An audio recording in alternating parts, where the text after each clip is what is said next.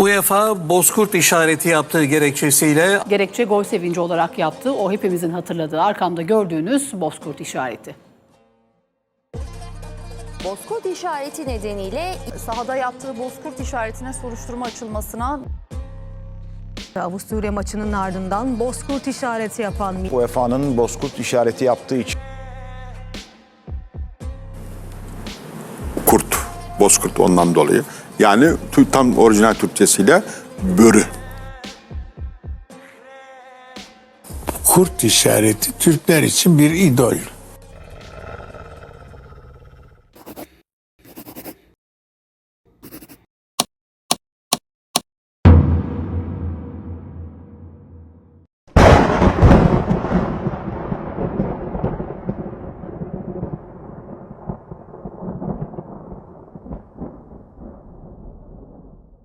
Merhaba arkadaşlar, Bilgiyografi kanalına hoş geldiniz. Bugünkü videomuzun konusu Türklüğün sembolü olan bozkurt. Dünya tarihinde var olan birçok devletin hayvanları bir sembol, totem veya mit olarak kullanması ve bu hayvanlara güç, üstünlük, kutsallık, bereket gibi anlamlar yüklenmesi oldukça yaygın bir gelenek. Mesela Amerikalılar beyaz başlı kartalı, Fransızlar horozu, İngilizler aslanı, Ruslar boz ayıyı, İspanyollar boğayı, Çinliler pandayı, Hintliler kaplanı, Türkler ise bozkurtu benimsemiş.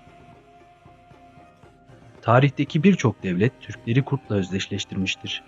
Mesela Çin, Arap ve Süryani kaynaklarında Türklerle ilgili kurt soylu ifadesi geçer. Ayrıca Şehname destanında Türklerle ilgili kurt bakışlı ifadesi yer alır. Türklerde ise bozkurt motifi ilk olarak Hunlar döneminde karşımıza çıkar.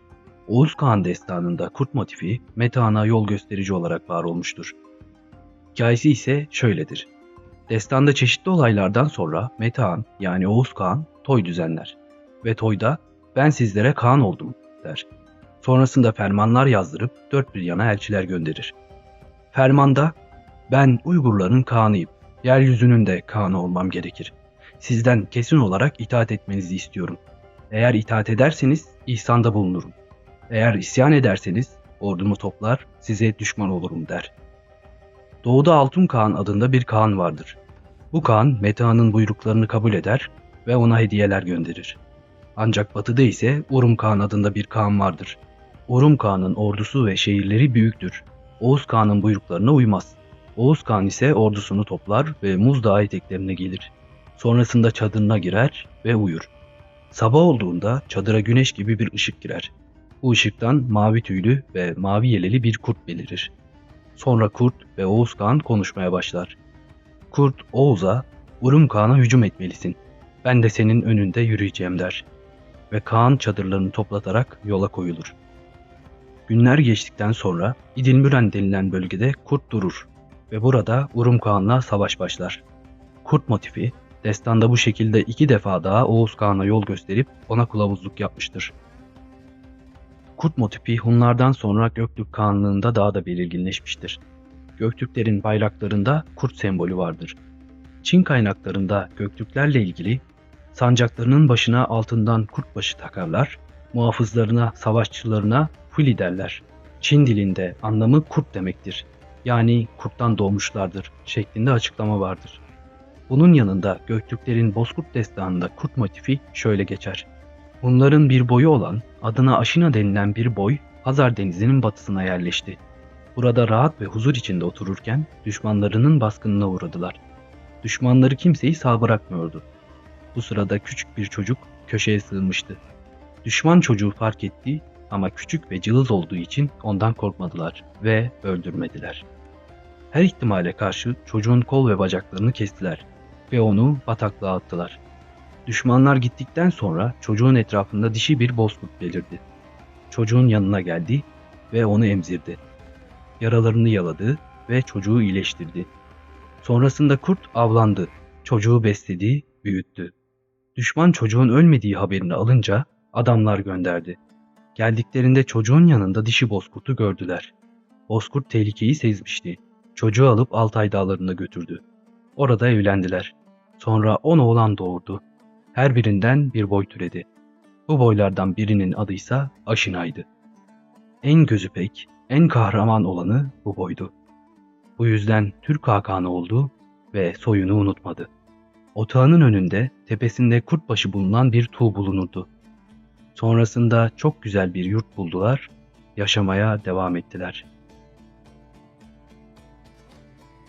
Ergenekon destanında da kurt motifi karşımıza çıkar. Türklerin Ergenekon dağından çıktıktan sonra başlarına geçen Kaan için, Türklerin Kaan'ı Kayıhan soyundan gelen Börteçine'ydi. Yani Bozkurtlu denmektedir. Kurt motifi Türk yazıtlarında da kendine yer bulmuştur. Göktürk yazıtlarında Költigin metninde 2. Göktürk Devleti'ni kuran İlteliş Kağan da kurda benzetilmiştir. Yenisey yazıtlarında ise Kanım Kağan Süsi Böritek, yani Kağan'ımın ordusu kurt gibidir sözünde vardır ve daha birçok yerde geçer. Ugut, Költigin, Bilge Kağan gibi birçok yazıtta kurt başlı ejder motifi göze çarpar. Bu Türk tarihinde yazıtlarda ve mezar taşlarında sıkça kullanılmıştır. Uygurlarda da kurt motifinin yaygınlığı devam etmiştir. Uygurların Türeyiş destanında kurt şöyle geçer. Eski Hun hükümdarlarından birinin çok güzel 2 kızı vardı. Babaları onların sadece tanrılar ile evlenebileceğini düşünüyordu.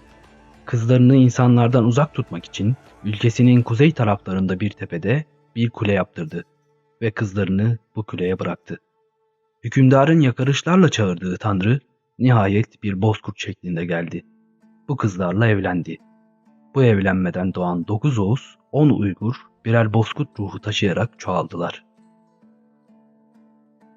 Daha birçok devlet tarafından kullanılan bozkurt motifi Selçuklu ve Osmanlı döneminde yaygınlığını yitirse de kısmi olarak halk hikayelerinde, mimaride ve sanatta kendine yer bulmuştur. Ve nihayet Türkiye Cumhuriyeti kurulduktan sonra bozkurt motifi yeniden yaygın şekilde kullanılmaya başlanmıştır. Türkiyat Enstitüsü'nün kuruluş hikayesi Atatürk'ün kurt motifine verdiği önemi ayrıca belirtir. Atatürk'ün isteğiyle Türkiyat Araştırmaları Enstitüsü kurulmuştur. Enstitünün başına getirilen Fuat Köprülü, Atatürk'e enstitünün amblemini belirleyemediklerini ve nasıl olması gerektiğini sorar. Atatürk ise, Fuat Bey, karlı Tanrı Dağları'nın önünde elinde meşale tutan bir bozkurt olsun. Bu meşale genç Türkiye Cumhuriyeti'nin ilminin ifadesi olsun. Ergenekon'dan çıkmamızda kılavuz olan bozkurt, Türklüğün Anadolu topraklarındaki yeni devletin kuruluşunu ifade etsin, demiştir. Amblem, Türk'ün ilim ateşi tütsün anlamındadır.